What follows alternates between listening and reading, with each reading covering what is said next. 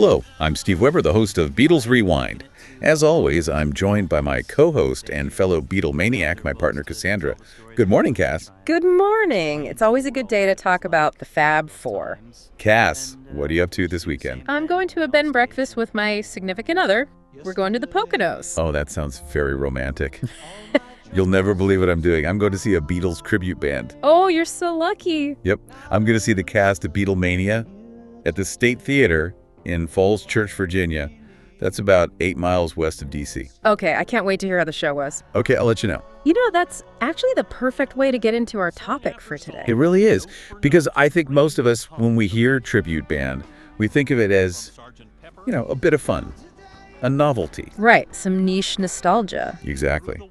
But what we're exploring today, based on the material we've got, is how that single show is just a tiny piece of a massive global industry. A multi-billion-dollar entertainment machine, really. We're going to look at how this whole phenomenon went from a quirky sideshow to a colossal economic force. And what's so fascinating is the central idea here. The Beatles broke up in 1970. They stopped touring way before that, in '66. Right.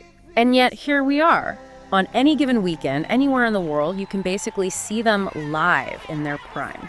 So let's just jump into the numbers, because they're kind of staggering. The scale of this imitation business is huge. It really is. The data shows the whole U.S. live music market is projected to hit something like $25.8 billion by 2030. Wow. And tribute bands are taking a huge slice of that pie. We're talking about 1.7 million ticket sales a year. A year, just for tribute acts in the U.S. Just in the U.S. And here's the kicker.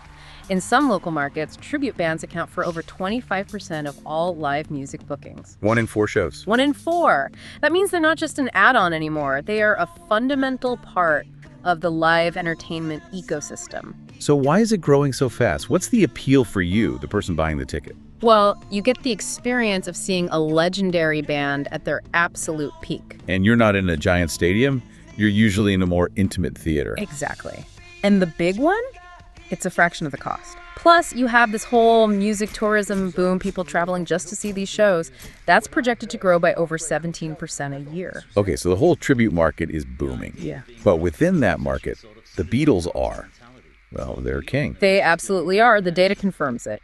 If you look at searches for tribute bands in the U.S., the Beatles are tied for number 1. Who are they tied with?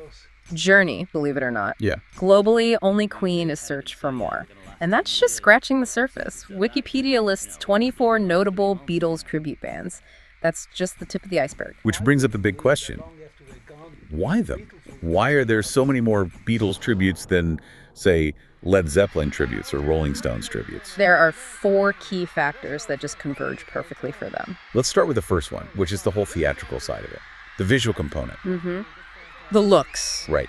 The Beatles basically handed these bands a pre-packaged show with different acts. You have the mop tops and the matching suits for Act 1. Then you can completely change for this Ecotep Pepper era with the bright colors, the mustaches. And then you end with the more casual, bearded look from the Abbey Road and rooftop concert days. It provides a narrative. Zeppelin, by contrast, kind of had one look. A very cool look. A very cool hippie pirate look, yes. Yeah. But it was consistent. Right, and that visual story connects directly to Factor 2, the catalog. The sheer volume of music. 213 songs recorded in just 7 years. I mean, think about that. And the range is just incredible. You go from I Want to Hold Your Hand to A Day in the Life in a few short years. Yeah. It gives a tribute band so much to work with. You can create so many different set lists. It never gets old. Okay, but a huge catalog and different looks. Other bands had that. So what else sets the Beatles apart? This one is huge. Factor 3 is finality. Meaning, there will never be a reunion tour. Ever. It can't happen. With John and George gone, that door is permanently closed. That creates this incredible persistent demand that only tribute acts can really fill. Unlike a band like Led Zeppelin, where there's always that tiny glimmer of hope they might get back together for one more show. Exactly. That hope reduces the urgency. With the Beatles, there is no hope. This is it. And that leads to the fourth factor, which might be the most important for the future of this industry. Universal recognition. They just cut across every demographic. Okay. And here's the statistic that blew my mind.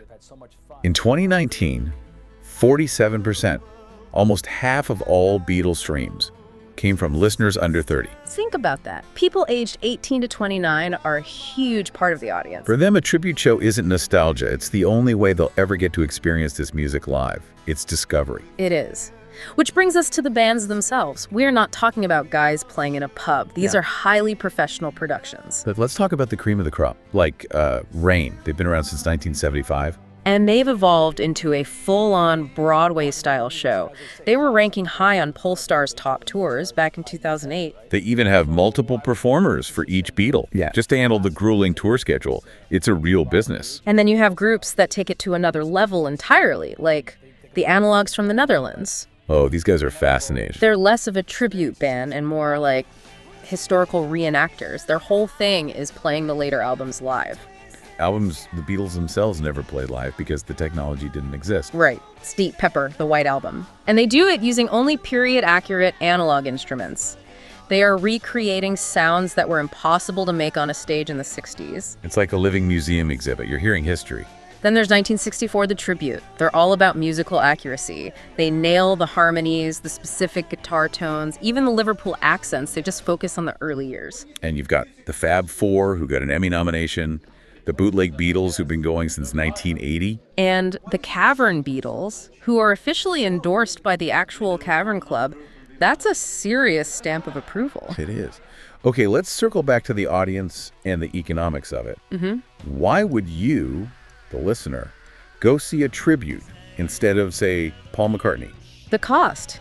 It's simple. A tribute ticket might be, what, $45 to $70? Around there. A decent seat to see Paul McCartney could be $150, $200, $500 or more. So the value proposition is huge.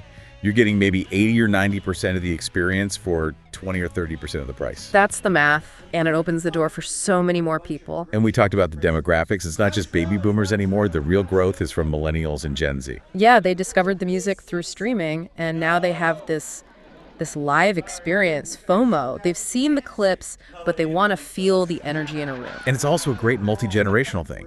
Grandparents can take their grandkids. It's safe, it's fun, everyone knows the words. It really is a perfect storm driving this whole boom right now.